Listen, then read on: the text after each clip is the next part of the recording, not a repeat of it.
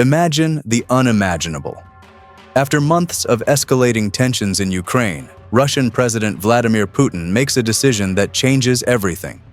Facing a potential military defeat and internal pressures, he turns to the highest level of escalation, which he has threatened to use more than 50 times so far. So, instead of waiting for the inevitable Western response, Putin decides to strike first. He launches a coordinated nuclear attack against the United States and key NATO allies. What follows is not a long conflict, but the fastest and most destructive war in human history. The time from the first launch to global devastation, less than 2 hours. This is how nuclear war unfolds, minute by minute. 15 minutes before the target time, Putin sits in his underground command center beneath the Kremlin. The war in Ukraine has reached a decisive crossroads. Ukrainian forces, backed by advanced Western weapons, have pushed Russian forces into retreat on multiple fronts. His military advisors present him with what they call limited nuclear options. A single tactical nuclear weapon with a blast yield of no more than 10 kilotons, slightly smaller than the one dropped on Hiroshima, could destroy Ukraine's resistance and threaten NATO into entering negotiations. He has two choices: either deliver a knockout blow by trying to hit Kyiv and the Ukrainian government, leaving the rest of the country scattered without its senior leadership, or the tactical weapon can be used on a smaller target like Kharkiv, Dnipro, or Zaporizhzhia, places Russia has failed to capture over the past 2 years. 1 minute before the designated time, a tactical nuclear weapon detonates near or in Zaporizhzhia, vaporizing an armored Ukrainian brigade and creating a mushroom cloud visible from space. Radiation detectors across Europe register the blast immediately. Assuming the weapon used is a 10-kiloton nuclear bomb, the explosion turns everything within a half-mile radius to ash. Farther out, people within a 1-mile area suffer severe burns as well as exposure to likely lethal radiation. Buildings collapse under massive structural damage, and firefighters and emergency crews go on maximum alert to rescue and treat survivors once the smoke clears. The radius of the lighter damage, so to speak, extends for several miles from ground zero. 1 minute earlier, the city of Zaporizhzhia had around 700,000 residents. The tactical weapon causes tens of thousands of deaths in the blast alone. Those remaining in the city are evacuated. Within minutes, secure communication lines between Kyiv, Washington, London, Paris, and Berlin buzz to confirm the news. Russia has crossed the nuclear threshold. Putin watches the global reaction from his command center. He turns to Defense Minister Andrei Belousov and issues the order that will reshape human civilization. Launch everything. The Russian nuclear command system, known as Dead Hand or Perimeter, is activated. Designed during the Cold War to ensure nuclear retaliation even if Soviet leadership were wiped out, the system begins the launch sequence. Across Russia's vast territory, 400 intercontinental ballistic missiles in underground silos receive encrypted launch codes. Road-mobile Topol-M launchers, hidden in forests and dispersed across 11 time zones, begin final preparations. Russia's fleet of nuclear submarines, each Bore-class submarine carrying 16 Bulava missiles, receives orders to surface and launch. Putin's target list is precise and devastating. In the United States, the Pentagon, the North American Aerospace Defense Command, NORAD, as well as missile fields in Montana, Wyoming, and North Dakota. In the United Kingdom, the main targets are the Faslane Naval Base and government facilities in London. In France, targets include the nuclear submarine base at Brest and the headquarters of the Strategic Forces. In Germany, Ramstein Air Base and various NATO command centers are targeted. Other potential targets include NATO's new base in Romania, as well as U.S. nuclear weapon sites in the Netherlands, Belgium, and Italy. The goal here is not invasion, but decapitation. Putin wants to eliminate NATO's ability to respond before they fully understand what is happening.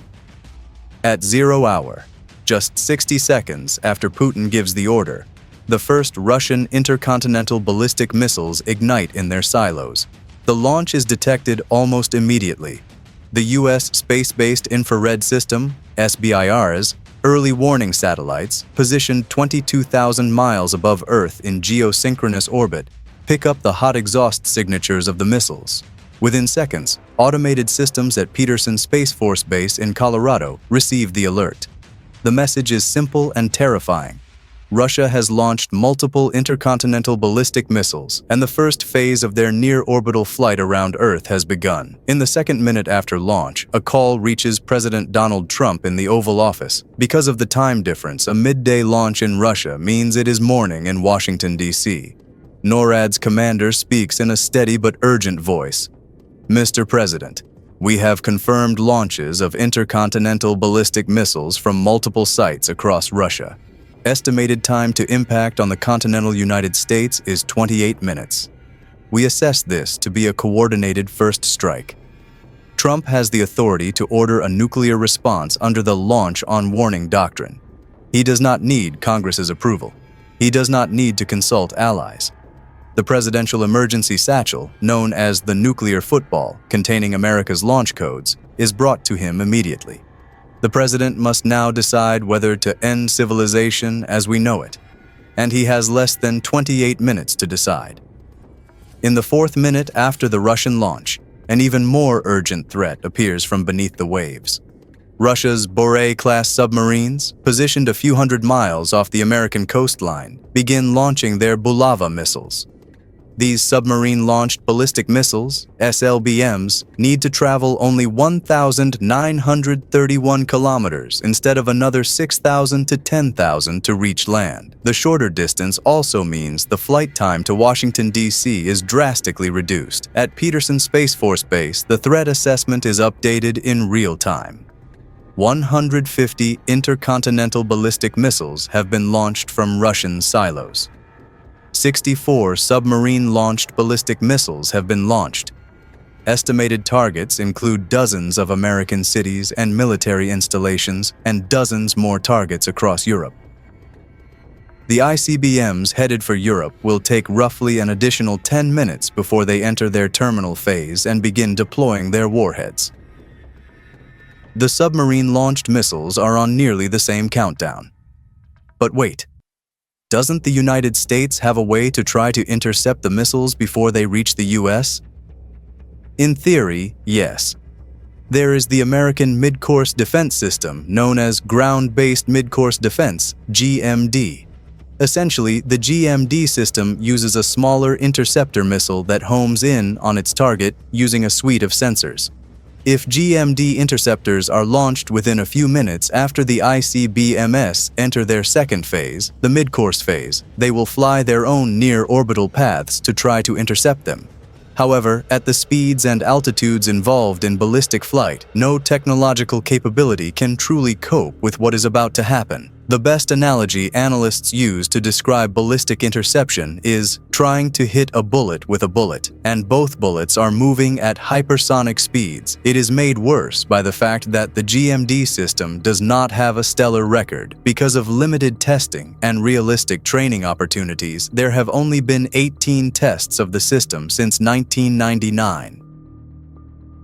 Of those, the GMD system has managed to intercept and destroy a ballistic missile only 10 times. If we extrapolate that to around 400 missiles Russia will launch at Europe and the United States, that still leaves more than 220 missiles very likely to hit their targets. And even if they miss by tens of miles, the damage they can cause is enormous. Worse still, a nuclear missile usually does not carry just one warhead. It can carry up to 10 warheads. Each warhead can be deployed independently, spreading destruction over a wider area. So, 6 minutes after launch, Trump makes the decision every president hopes never to face. He authorizes an immediate nuclear response. Scenario OPLAN 8010-12.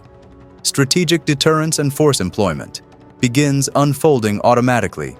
Within 60 seconds, 400 American Minuteman III missiles in Montana, North Dakota, and Wyoming receive their own launch codes. Nuclear submarines prowling the Pacific and Atlantic Oceans prepare to launch 20 Trident II missiles at Russian targets. In the 8th minute, London's emergency warning system for the Prime Minister is activated. The United Kingdom's 4 Vanguard-class submarines maintain continuous nuclear deterrent patrols. One of them, HMS Victorious, is currently submerged in the North Atlantic with 16 armed Trident missiles ready to fire. Launch orders go out simultaneously from London and Paris. France's Force de Frappe, its independent nuclear deterrent, begins launching M51 missiles from submarines in the Atlantic. Within minutes, French land-based missiles on the Plateau d'Albion join the salvo. Europe's nuclear response amounts to an additional 100 warheads targeting Russian military facilities. By the 12th minute after launch, the Russian submarine-launched missiles are only minutes from impact. Ground-based American interceptors fire desperately from Fort Greely, Alaska, at the incoming warheads. The mid-course defense system is activated. Some interceptors find their targets. Most do not. At the 16th minute, the first nuclear weapon in World War III detonates over Washington, D.C. The 800-kiloton warhead, 50 times more powerful than the Hiroshima bomb, explodes 1,500 feet above the White House. The seat of the U.S. government literally vanishes from existence. The blast creates a fireball reaching 2,482 degrees Celsius, instantly vaporizing everything within a half-mile radius. The Pentagon, across the Potomac River, is destroyed seconds later by a second warhead. The destruction is total and immediate. Over the next 15 minutes, Russian warheads explode across America with extraordinary precision.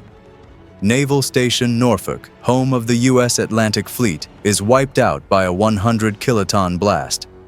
Offutt Air Force Base in Nebraska, which houses U.S. Strategic Command Headquarters, is obliterated.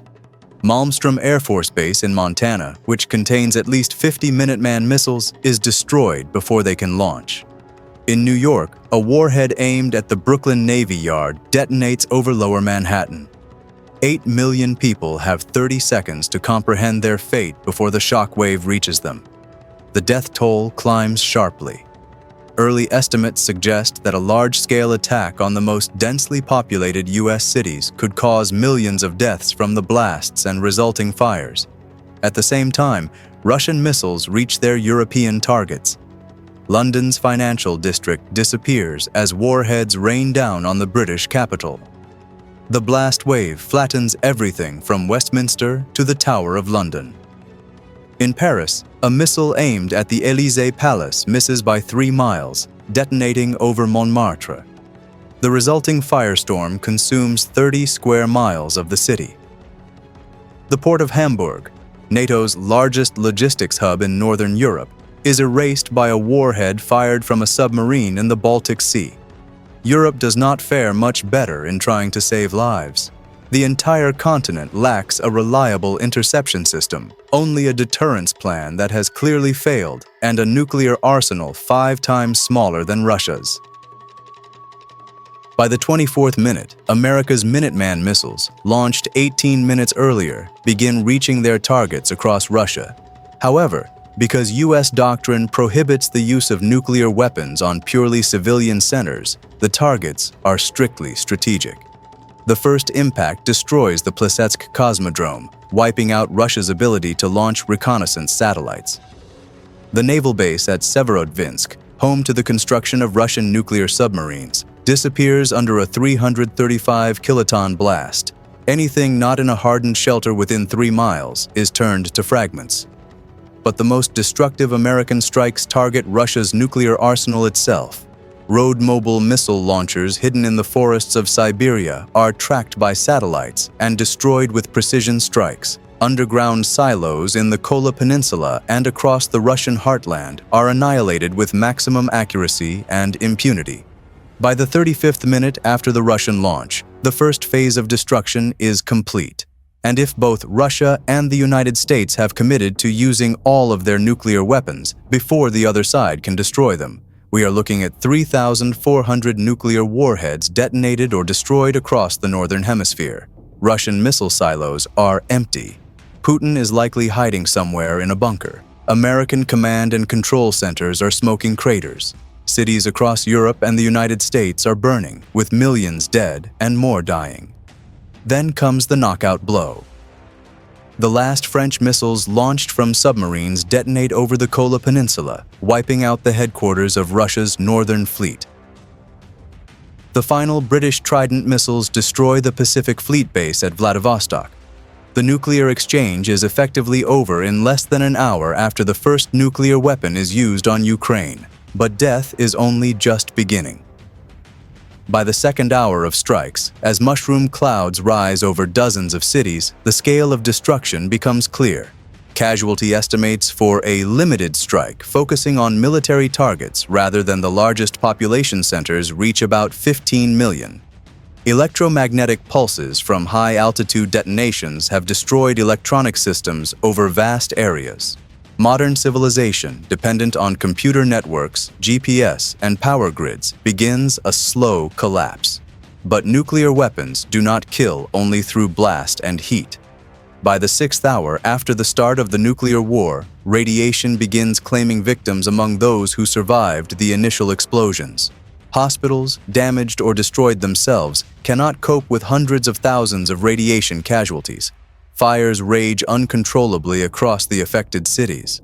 Broken water mains leave firefighters helpless against the flames. Areas close to the blasts emit lethal radiation, preventing coordinated first response operations. More ominously, the mushroom clouds from hundreds of nuclear explosions start mixing into the upper atmosphere, forming a radioactive shroud that begins to spread worldwide. The explosions also loft soot into the air, making breathing in the cities potentially deadly. Princeton's estimates of potential human losses after a few hours reach 34 million, and even that assumes a smaller-scale war.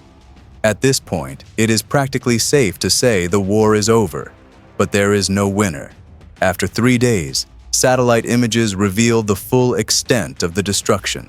Financial markets collapse as investors realize the global economy is in free fall. Supply chains that depended on American and European manufacturing grind to a halt.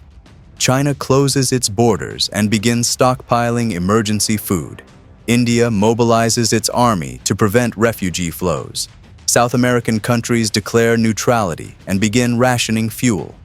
After 2 weeks, the giant fires that had been consuming the bombed cities begin to die down, but they have already released 150 million tons of smoke and soot into the stratosphere. This black carbon absorbs sunlight and prevents it from reaching Earth's surface.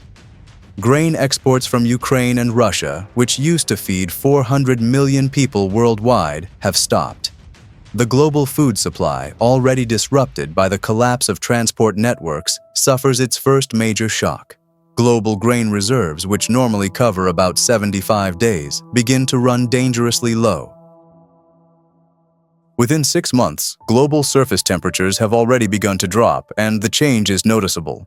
Agricultural regions in the U.S. Midwest and the European plains see crop failures due to falling temperatures and the sudden reduction in solar radiation. Growing seasons in the Northern Hemisphere shorten by 40 days. Crop yields around the world fall by 60%. Global famine deaths reach 100 million and are rising rapidly. Modern, just-in-time supply chains, designed for efficiency rather than resilience, prove completely inadequate for this crisis. Countries with food reserves impose martial law to prevent riots. International trade effectively stops as states hoard remaining resources for their own populations. 2 years after the war, nuclear winter reaches its peak. Average global temperatures have dropped by 14 degrees Celsius, triggering a mini ice age. Agricultural production has collapsed worldwide. Rice yields in Asia fall by 80%. Wheat production in the remaining suitable regions drops by 90%. Even hardy crops like potatoes fail in the radically changed climate. Total deaths are projected to reach about 5 billion as people starve and the Southern Hemisphere struggles to recover. Nuclear winter gradually fades, taking about a decade for average temperatures and solar radiation levels to return to their pre-war values. But modern industrial civilization has completely collapsed by that point. The complex supply chains that once produced everything from computer chips to pharmaceuticals have vanished. Even then, survivors face a planet where some radioactive regions will remain uninhabitable for centuries, and genetic damage from radiation exposure affects future generations.